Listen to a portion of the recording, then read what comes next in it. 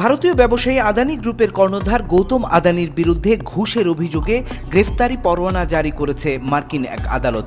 গৌতম আদানি ভারতীয় সংস্থা আদানি গ্রুপের চেয়ারম্যান এবং বিশ্বের অন্যতম ধনী ব্যক্তি। নিউ ইয়র্কে একটি কথিত বহু বিলিয়ন ডলারের প্রতারণা মামলায় তিনি অভিযুক্ত হয়েছেন বলে ২০ নভেম্বর নিউ ইয়র্কের ফেডারেল কোর্টের প্রসিকিউটররা জানিয়েছেন। কর্তৃপক্ষ অভিযোগ করেছে যে আদানি এবং আদানি গ্রিন এনার্জির দুইজন নির্বাহী, তার ভাতিজা সাগর আদানি ও ভিনিত জৈন ২০২০ সাল থেকে ২০২৪ সালের মধ্যে ভারতীয় সরকারি কর্মকর্তাদের $২৫০ মিলিয়ন বেশি ঘুষ দেওয়ার জন্য একটি চুক্তি করেন, যাতে তারা সোলার এনার্জি সরবরাহের চুক্তি পেতে পারেন, যা থেকে $২ বিলিয়ন মুনাফা হওয়ার আশা করা হয়েছিল।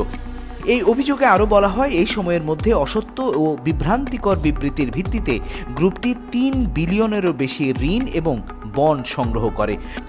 আদানি গ্রুপের শীর্ষ নির্বাহী ছাড়াও আরও ৫ জনের বিরুদ্ধেও অপরাধমূলক ষড়যন্ত্রের অভিযোগ আনা হয়েছে। ২১ নভেম্বর ভোরে অভিযোগ ঘোষণার সময় ভারতে আদানি গ্রুপ এ নিয়ে তাৎক্ষণিকভাবে কোনো মন্তব্য করতে রাজি হয়নি। ওয়াশিংটনের ভারতীয় দূতাবাসের পক্ষ থেকেও তাৎক্ষণিকভাবে কোনো মন্তব্য পাওয়া যায়নি।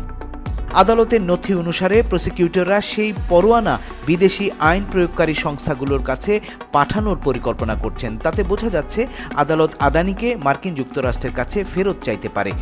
ভারতের আদানি গ্রুপের সাথে বাংলাদেশের বিদ্যুৎ আমদানির একটি চুক্তি রয়েছে। বিদ্যুৎ বিক্রির পাওনা নিয়ে সম্প্রতি বাংলাদেশ সরকারের সাথে ব্যবসায়ী গ্রুপটির নানান ধরনের মতপার্থক্য তৈরি হয়েছে এবং গ্রুপটির সাথে চুক্তি নিয়েও বিতর্ক চলছে। ভারতে গৌতম আদানিকে দেশটির প্রধানমন্ত্রী নরেন্দ্র মোদীর ঘনিষ্ঠ জন বলে বিবেচনা করা হয়। The fundamentals of our company are very strong. Our balance sheet is healthy and assets robust.